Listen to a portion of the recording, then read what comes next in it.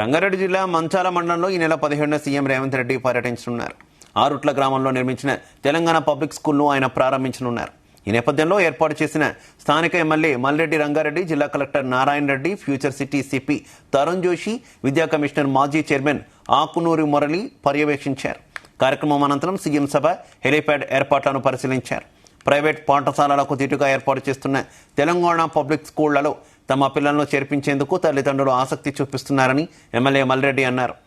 ఇక ఒక తరగతిలో 40 మంది విద్యార్థులకు మించి ఉండకూడదనే నిబంధనల మేరకు ఏర్పాట్లు చేసినప్పటికీ విద్యార్థులు ఎక్కువగా చేరికలకు ఆశ చూపిస్తున్నారని ఆకునూరి మురళి తెలిపారు. మురళి గారి యొక్క సారథ్యంలో జరుగుతున్నటువంటి సందర్భంలో ఈ పాఠశాల మనం చూసినాం. 60 సంవత్సరాల పోరాటం, 10 సంవత్సరాల పూర్తిగా వినాశనం జరిగినటువంటి విద్యను మరి ఈరోజు మన ముఖ్యమంత్రి ఇక్కడ ఆరుట్లలోనే ప్రథమంగా ప్రారంభిస్తున్నారు అంటే నిజంగా మన ఇబ్రాహీంపట్నం నియోజకవర్గ ప్రజలు అందరం కూడా అభినందించాలి, ఈ ప్రభుత్వాన్ని ఆశీర్వదించాలి. ఈరోజు నిజంగా ఎక్కడ చూసినా ఏది తక్కువ లేకుండా ఒక ప్రైవేటు విద్యా సంస్థలు కంటే మిన్నగా ఆరుట్లలో ఈరోజు మనం విద్యార్థుల యొక్క భవిష్యత్తు కోసం నిర్మించినటువంటి పాఠశాల ఈరోజు ఈ ఆరుట్ల ఉన్నత పాఠశాల.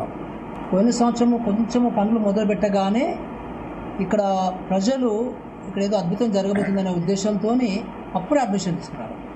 సో అప్పుడే సుమారుగా మనకి ఒక 400 మందిని నో అడ్మిషన్ చెప్పాల్సి వచ్చింది పోయిన సంవత్సరం కూడా. సో ఈ సంవత్సరము మళ్ళీ కొత్తగా 1200 మంది పిల్లలు అడ్మిట్ అయ్యారు.